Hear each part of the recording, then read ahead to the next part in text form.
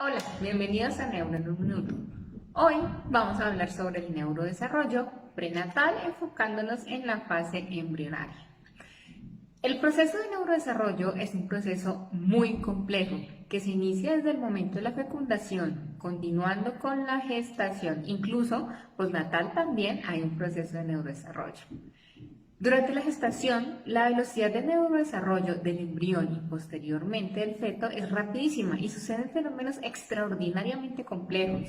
Esto es evidente ya que la célula postconcepcional, lo que se denomina cigoto, se convertirá en un complejísimo organismo vivo, es decir, hablamos de un ser humano, en el que el cerebro se desarrolla solo en 38 semanas. La velocidad de crecimiento es asombrosa en este periodo. Solo en 9 meses en este proceso de gestación, el cerebro alcanza un peso de aproximadamente 350 gramos y la capacidad craneal tiene un perímetro de entre 33 y 36 centímetros aproximadamente. El periodo prenatal consta de dos fases, la embrionaria y la fetal. La embrionaria es la fecundación hasta la 10ª semana. La etapa fetal de la 10ª semana hasta el nacimiento. La etapa embrionaria se subdivide a su vez en etapa de placa de fecundación en la 2ª semana y etapa de embrión de la 2ª a la 10ª semana. Vamos a enfocarnos en la etapa embrionaria. En esta etapa se produce un desarrollo del embrión con 4 etapas consecutivas: la mórula, la blástula, la gástrula y la neurula. En la imagen podemos ver un resumen de las 3 etapas. De esta manera que en las 4 semanas de gestación ya se encuentran sentadas las bases del futuro sistema nervioso. De estas etapas, de la fase de la gástrula, que también se denomina el proceso de gastrulación, desde ese nido de células de mórulas hasta la invaginación, es decir, que se cierra ese tubo hasta formar la gástrula, es la etapa de formación en la que, como dijimos, se cierra ese tubo, se forman las capas que dan lugar a distintos sistemas y tejidos. En este momento vamos a nombrar el ectodermo. En la imagen podemos ver las diferentes etapas y vamos a ver que en el ectodermo es donde se forma el sistema nervioso central, ya que posteriormente estas áreas formarán la placa neural y el tubo neural. En este proceso de desarrollo, la siguiente etapa se asocia con la creación y el desarrollo de las 3 vesículas que darán lugar a las estructuras del sistema nervioso central: el prosencéfalo, el mesencéfalo y el romboencéfalo, como lo indica en la figura. En su parte izquierda podrán encontrar los nombres y las subdivisiones, y en la derecha de la imagen un proceso de desarrollo de este embrión hasta el cerebro total y su desarrollo completo, como todos lo conocemos. Al terminar el 3er semestre de la gestación, el sistema nervioso está lo suficientemente desarrollado como para que se manifiesten reflejos físicos básicos, junto con reacciones tales como dar patadas o doblar los brazos. Por último, al final del neurodesarrollo está el proceso de creación de sinapsis, es decir, estas conexiones entre las neuronas. Se hacen múltiples millones de conexiones, se hacen tantas que se necesita un proceso de apoptosis, es decir, un proceso de poda neural en el que se va dando forma al cerebro. Vamos a observar que algún pequeño error, ya sea que las neuronas no vayan donde deban ir, algún error genético, un error de metabolismo, no vitaminas, etc., se asociará con patologías, algunas incompatibles con la vida. Como se explicó la semana pasada, durante las etapas prenatales se dan las bases para el funcionamiento del sistema nervioso central y del cuerpo en general. En esas etapas embriológicas se producen las células, se organizan y se conectan dentro de unos tiempos establecidos para que al momento del nacimiento el infante venga con el número total de células nerviosas, que son alrededor de 80 billones, y con sus conexiones iniciales para facilitar que las respuestas del organismo ante el entorno sean las adecuadas. Estos procesos de neurodesarrollo arrancan antes del nacimiento, como ya los vimos, pero no se detienen ahí, comprendiendo momentos de mayor actividad de los procesos en diferentes etapas de la vida. Les hablaré entonces de las distintas fases que son importantes, que no son estrictamente secuenciales, pero tienen momentos de mayor sensibilidad por sus picos de expresión a lo largo de la vida.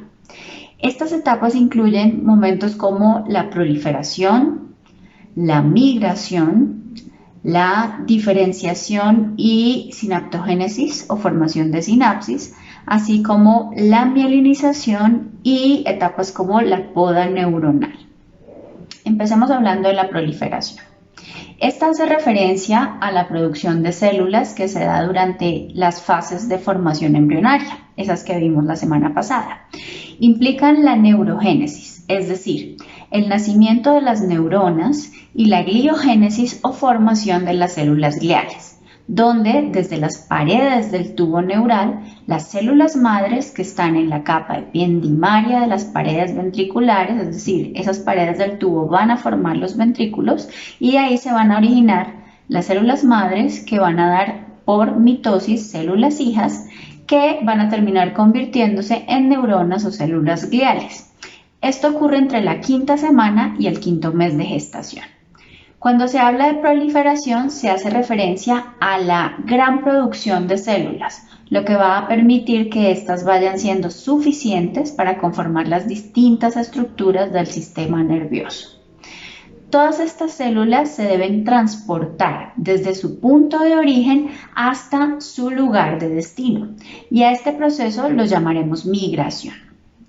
Este es el proceso de desplazamiento de las células filiales, es decir, los neuroblastos o neuronas inmaduras, desde las paredes del tubo neural hasta las posiciones finales que van a conformar las distintas capas de la corteza cerebral. Esto ocurre más o menos hasta el sexto mes de gestación aproximadamente. Este desplazamiento se puede dar por una migración que se llama tangencial o radial, siendo esta última migración, la radial, apoyada por un tipo de glía conocida como glía radial, que forman los caminos sobre los cuales las neuronas se van a desplazar, siendo neuroblastos, hasta alcanzar su posición definitiva. Una vez las neuronas alcanzan esta posición, deben cambiar su forma, es decir, adaptarse al lugar y a la función, lo que va a determinar su estructura y las conexiones que realizarán. De forma genéticamente está programado cómo se da el crecimiento celular, su estructura, y por quimiotropismo se establecen las conexiones iniciales o sinaptogénesis, es decir, esas primeras uniones entre las neuronas. Durante el embarazo, estas sinapsis comienzan a ponerse a prueba por sí mismas y esto permitirá que estén listas para funcionar una vez el niño nazca. Pero es la estimulación y la experiencia lo que va a permitir que estas conexiones se fortalezcan y se determine cuáles procesos se privilegian y consolidan con los aprendizajes, mientras cuáles se van eliminando. Por esto es determinante el papel del cuidador durante las etapas del desarrollo, especialmente a edades tempranas, pues va a ser el cuidador quien va a mediar la calidad de los estímulos y experiencias que recibe el niño, partiendo de una estimulación sensorial, motora y afectiva hasta etapas pedagógicas estructuradas, es decir, la educación, lo que comprende las etapas preescolares y escolares que van siguiendo el proceso de maduración del sistema nervioso. En este proceso es cuando hablamos de la maduración. Cuando nos referimos a esto, hablamos de procesos del neurodesarrollo que se están dando de forma apropiada, mostrando cambios en las habilidades de los niños, pasando de unas etapas de engrosamiento de la corteza cerebral por la multiplicación de las conexiones a etapas de adelgazamiento cortical que se relacionan con la especialización y diferenciación de las estructuras gracias a la estimulación, por ejemplo, la diferencia entre tareas del hemisferio izquierdo y el derecho. Uno de los índices más relevantes y los que se puede hacer seguimiento a través de las manifestaciones conductuales en los niños es la mielinización, que comienza en el útero y continúa rápidamente durante los primeros 5 años de vida, extendiéndose en una menor tasa a lo largo de la juventud y la adultez. Este proceso ocurre tanto en el sistema nervioso central como en el sistema nervioso periférico, y en el cerebro en particular se da por mediación de los oligodendrocitos, que son células gliales que con su membrana van recubriendo los axones de las neuronas con las vainas de mielina, siguiendo un patrón particular como se puede ver en la imagen, iniciando en regiones posteriores del temporal, áreas precentrales y postcentrales, siendo estas principalmente las áreas primarias sensoriales y motoras, que van a ir mostrando la evolución del infante de poder sostener la cabeza, dar giros, sentarse, gatear o caminar, así como la madurez en la identificación y el reconocimiento de los estímulos sensoriales como su propio cuerpo o las cosas que tiene alrededor. Posterior a esto se continúa el patrón de mielinización hacia áreas secundarias y terciarias, es decir, parietal superior, anterior temporal, finalizando con las regiones frontales, en particular las áreas prefrontales, ya entrada la década de los 20 en el adulto. La proliferación celular y la sinapsis se aseguran de que existan suficientes recursos para el desarrollo de los procesos cognitivos y cerebrales superiores. Esto muy de la mano con la nutrición y el entorno que ha tenido el niño. Pero hay mecanismos de regulación de estos procesos que también se dan en diferentes momentos de la vida. Cerca de la mitad del billón de neuronas y el trillón de conexiones que se producen en el cerebro en desarrollo son sistemáticamente eliminadas, tanto por un proceso de muerte celular programada o apoptosis, como por la poda de las conexiones. Las células que sobreviven también establecen muchas más conexiones, las que sobrevivirán, y estas conexiones se van a ir limpiando durante esos periodos postnatales prolongados, ya que la sinapsis y los árboles dendríticos y axonales van a irse adelgazando como se los nombraba antes. Aún no es muy claro todo este proceso, o sea, cómo se da y por qué se da, pero al parecer implica la competencia por factores tróficos, es decir, sustancias que promueven el crecimiento y la supervivencia de las células, así como por la selección de conexiones dependientes de la actividad. Esto significa células o conexiones que se han fortalecido o estimulado gracias a la interacción con el entorno, favoreciendo ciertas sinapsis o ciertas conexiones neuronales. Durante la adolescencia ocurren gran parte de estos procesos de regulación, buscando establecer y mantener un equilibrio entre las sinapsis excitadoras, que inicialmente eran prevalentes en el desarrollo, con las sinapsis inhibitorias, que permiten la definición de umbrales de función de los circuitos y regulan la capacidad de respuesta de estos sistemas. Estos procesos arrancan alrededor de los 4 a 6 años, que es cuando los hemisferios comienzan a especializarse y a distribuir las tareas de forma preferente, volviéndose más específicos en sus funciones. Es también en este periodo cuando comienza la poda sináptica y se van a incrementar las sinapsis inhibitorias, que refinan la función de los circuitos corticales y van estableciendo el equilibrio excitatorio-inhibitorio en cada región cortical. Especialmente relevante es la etapa de la adolescencia, cuando la eliminación de las sinapsis excitatorias y la formación de sinapsis inhibitorias es importante en las áreas de asociación, es decir, zonas prefrontales y frontales principalmente. lo que veremos reflejado en cambios conductuales, emocionales o incluso en las preferencias por parte de los adolescentes.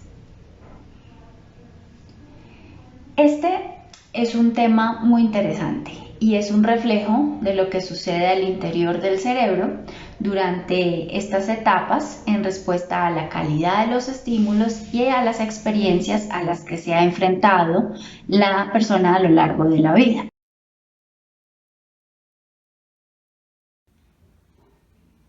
Hola a todos, bienvenidos a Neuro en un Minuto, el espacio donde compartimos los conocimientos de las neurociencias. El día de hoy vamos a dar solución a una de las quejas y dudas más frecuentes que tenemos por parte de padres y maestros.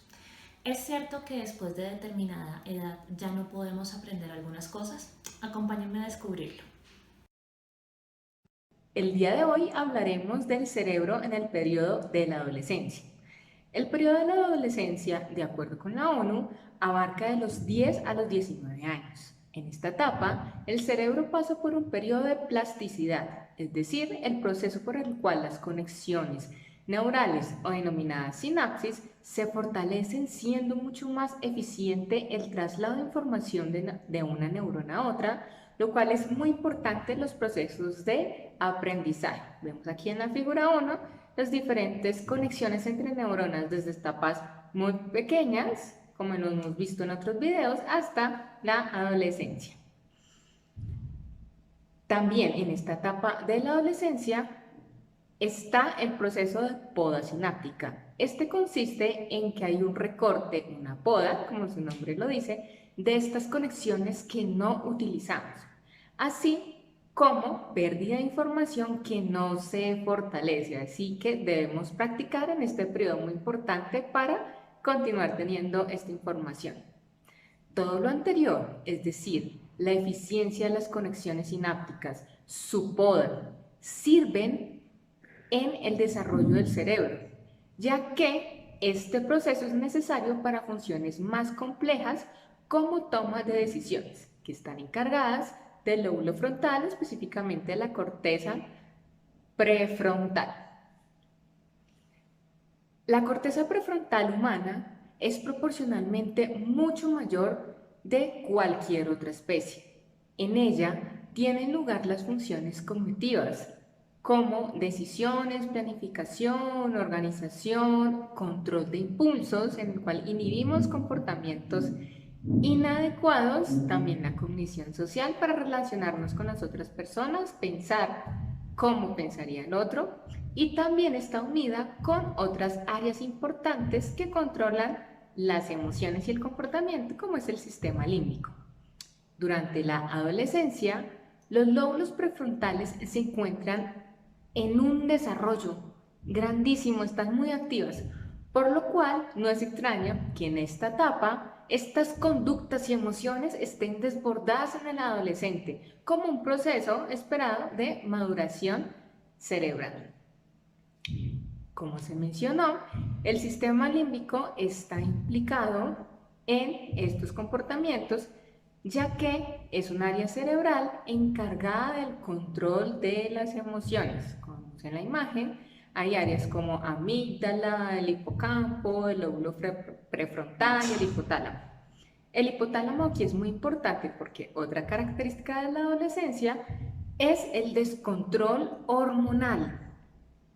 Entonces, es en este eje hipotálamo, hipófisis, gónadas, en el que se van a presentar esta explosión de hormonas y también asociadas a cambios conductuales. Entonces, por eso vemos en esta etapa estos cambios y también asociados con el desarrollo de la maduración sexual con las hormonas, porque se generan este desarrollo de órganos reproductores. Y también es muy importante y es una etapa de crecimiento física en general de todo de nuestro cuerpo. Tenemos una maduración. Entonces vemos unos aspectos importantes del cerebro en la adolescencia. Y es importante que en todo este proceso biológico podamos hacer actividades con los adolescentes, como esa actividad física, que esta actividad física nos ayuda a regular este montón de hormonas que se tienen en este periodo de neurodesarrollo. Así que síganos en nuestros videos para tener más información de diferentes etapas de la vida, de muchos aspectos de neurodesarrollo y de cerebro. Gracias.